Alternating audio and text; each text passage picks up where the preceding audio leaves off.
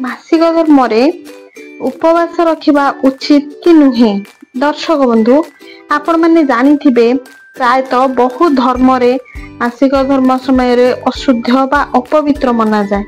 एही दिन रे महिला माननको मंदिर जिबा और घरे मध्य भगवान को पूजा करिया पय अनुमति न थाए।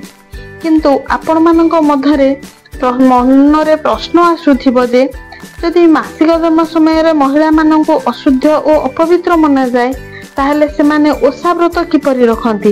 एही समय रे व्रत रखिले कौन तार फल मिले, कौन ताहा शास्त्र अनुसार ठीक अटे कि?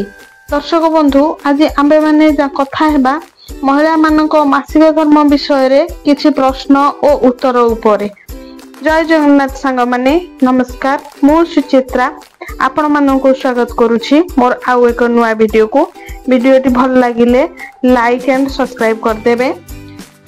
सांग माने भागवत पुराण अनुसार महिला माने मासिक धर्म समय रे ब्रह्म हत्या परि पाप को भोगी थांती। भागवत पुराण रे वर्णित कथा अनुसार थरे इंद्रदेव अपमान भली कटु कथारे गुरु बृहस्पति रागी जाइथिले और स्वर्ग लोक को छाड़ी चली गले।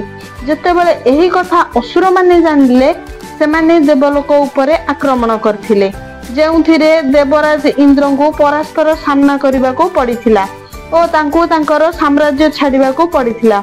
एहा परे इंद्रदेव ब्रह्मदेव पाखकू गले, तांको साहाय्य करने को कहिले। ब्रह्मदेव कहिले एही समय समस्या रो रक्षा पाइबा पई तुमको जने ब्रह्म ज्ञानी को सेवा करने को पड़िबो।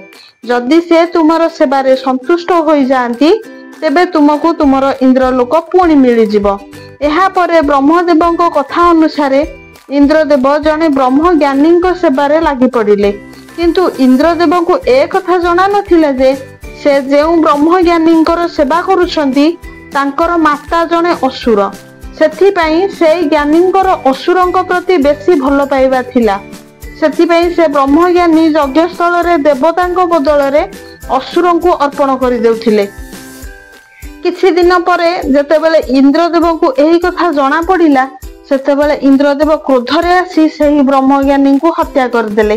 जेतेबेले से जानिले जे ब्रह्म हत्या करी बहुत बड़ अधर्म करि दैछंती से एक फूल रे लुचि भगवान विष्णुंकर पूजा करबा को लागिले।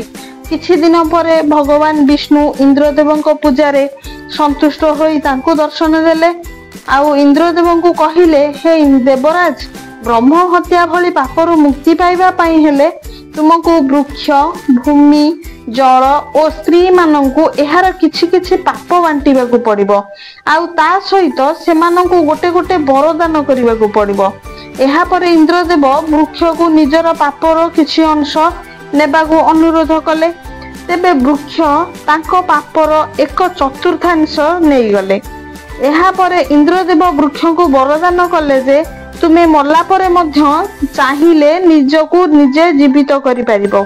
तापरे इंद्रदेव अनुरोध रक्षा करी जल मध्य किछि पाप नहीं गले।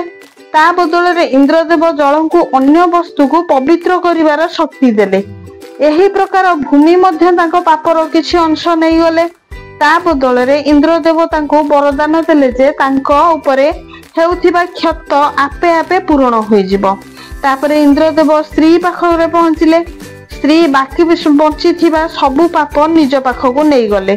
ता बदल रे इंद्रदेव तांको वर देले जे पुरुषंक तुलना रे स्त्री जति अधिक कामनार आनंद नहीं परिबे। आउ सेबे ठारू एहा मना जाए जे महिला माने मासिक धर्म रूप रे ब्रह्म हत्या भली पाप को भोगी थांती। तेबे दर्शक बंधु जेमती आपण माने देखिले जे इंद्रदेव जेतेबेले ब्रह्म हत्या पाप को भोगुथिले से सेतेबेले को फूल रे लुचि विष्णु को पूजा करथिले। सेतेबेले ना तांको सामना रे थिला विष्णुंकर कोनोसी प्रतिमूर्ति ना तो कोनोसी मंदिर रे थिले। ठीक सही परी महिला माने मासिक धर्म समय रे ओषा व्रत रखि परिबे किंतु मंदिर को जाई परिबे नाही कि कोनोसी मूर्ति पूजा करि परिबे नाही।